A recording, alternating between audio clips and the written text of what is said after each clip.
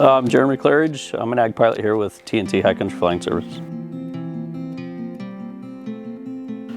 Kind of an interesting story. When I was a kid, I grew up in southern Arizona, farming, ranching, have an agriculture background.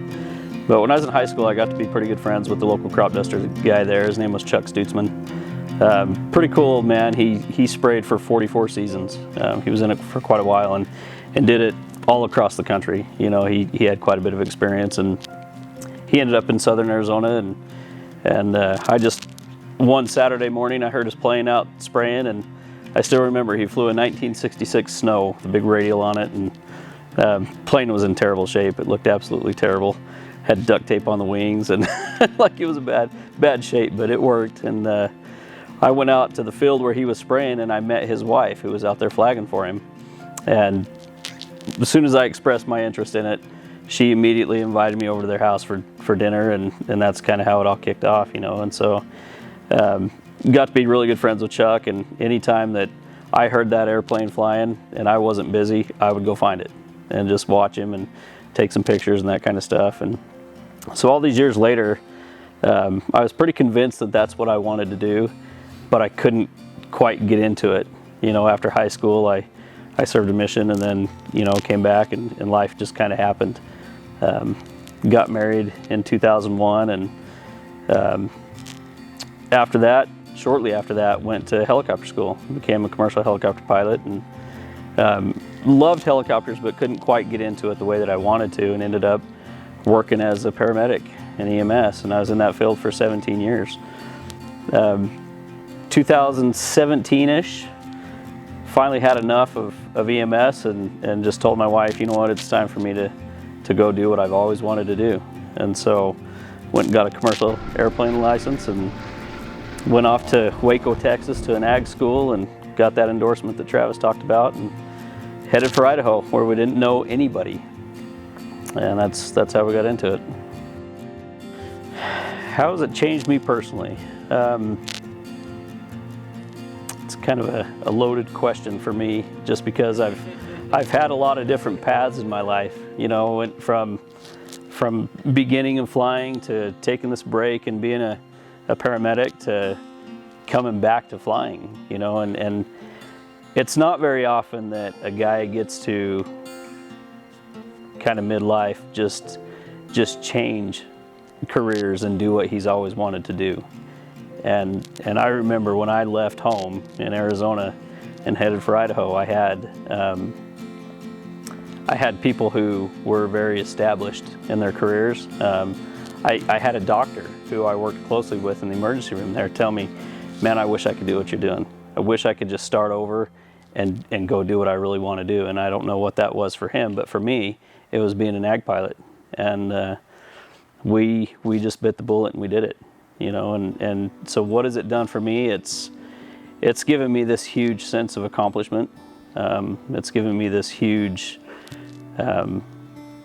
satisfaction of knowing that a guy can do what he wants to do.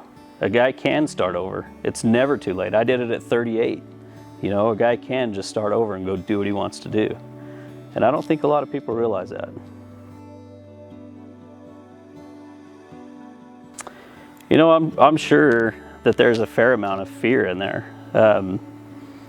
I've got the best wife in the world. She supports me in what I do all the time, even when it makes her a little uncomfortable.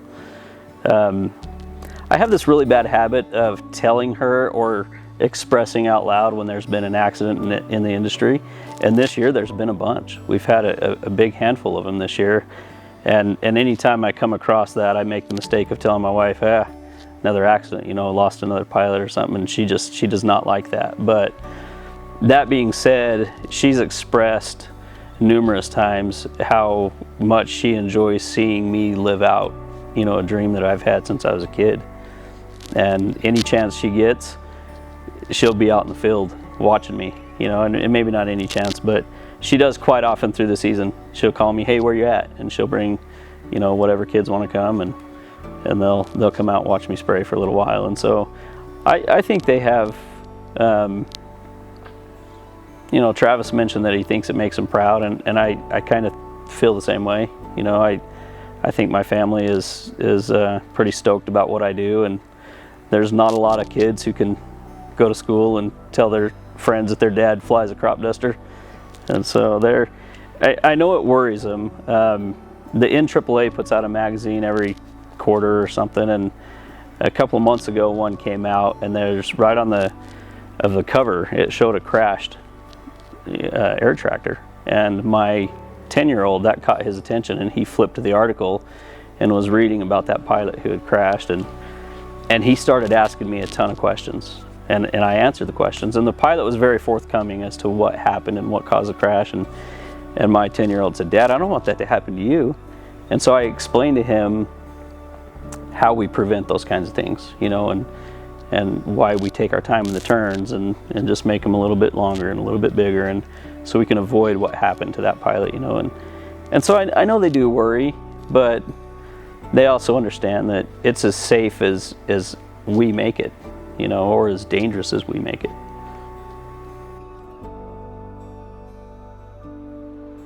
So getting into this business, it's hard to find a guy like Travis who's willing to take on a rookie and put him in a very expensive airplane with a lot of power and to go do what we do. That first year is to me one of the most dangerous, because you think you know what you're doing, but you know you don't know what you're doing, and you're just trying to figure it out. You're just trying to stay alive. And so that first season for me was really strange, because I probably wasn't as scared as I should have been. Flying has always come really natural to me. When I was in helicopter school and did my commercial check ride for helicopters, I remember the lady that did the check ride, she said, "I can always tell when a farm boy comes through here, because you guys fly these helicopters just like it's another tractor." And to me, that's what it is. It's just a machine that you fly, you know. And so that first year I did it just like that. You know, I treated it just like another machine, and I think that was a good thing and a bad thing. And looking back now, you know, we got towards the tail end of that season, and I was tired. It had been a long season. I was learning a lot. I had a lot to learn still, and I got complacent. And I came up a field, you know, kind of flying up this hill, and I hit a pivot with my landing gear. And that experience really shook me. In fact, I came back and I couldn't even tell Travis what happened. It shook me, you know. It made me realize just how close I came to ending this thing just as it was getting started.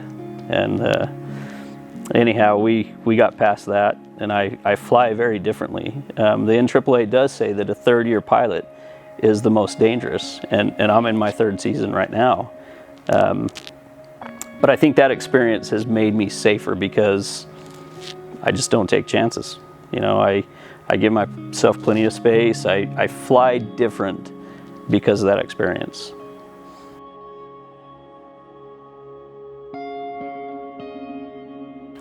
Best experience is hard. It's kind of funny, because at the beginning of every season, I'll call Travis on the radio and I'll be like, "So I'm actually going to get paid to do this, right?"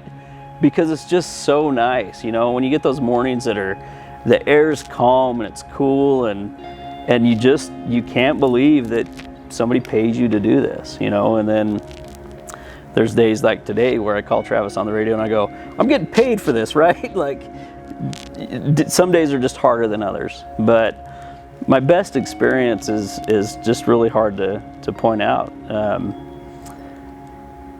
Today, like many other days, I feel like was just a cool experience. You know, I had a pretty big job, you know, out west there, and Travis got done a little sooner, and so he came out and hauled 2 loads, and things just worked out dang near perfect. You know, the way that we work together, it just works, you know, and I've had that experience many times over the last several years, and I appreciate those, you know, working with a guy like Travis, and how he's mentored me, and the things that he's taught me, and we seem to do that more often. And I think every day we seem to work a little bit better together, you know. And so it's hard to pick out a best day or a best time or a best experience, because the whole experience so far has been pretty good.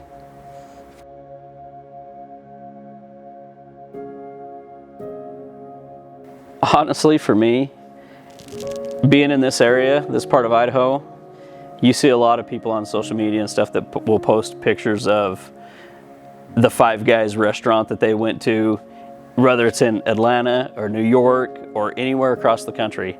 They're always posting pictures where it says, today's potatoes provided by such and such farmer, St. Anthony, Idaho, or someplace that we spray. And it's kind of funny, because I can look at those and go, I sprayed those spuds, and so to know that we played a small part in getting those potatoes to customers across the country, and in some cases across the world, that's pretty gratifying for me, to know that the farmers have to have us. We depend on them and they depend on us, and it's a really good working relationship that we have, and to be able to play a part of feeding America and feeding the world, that's gratifying.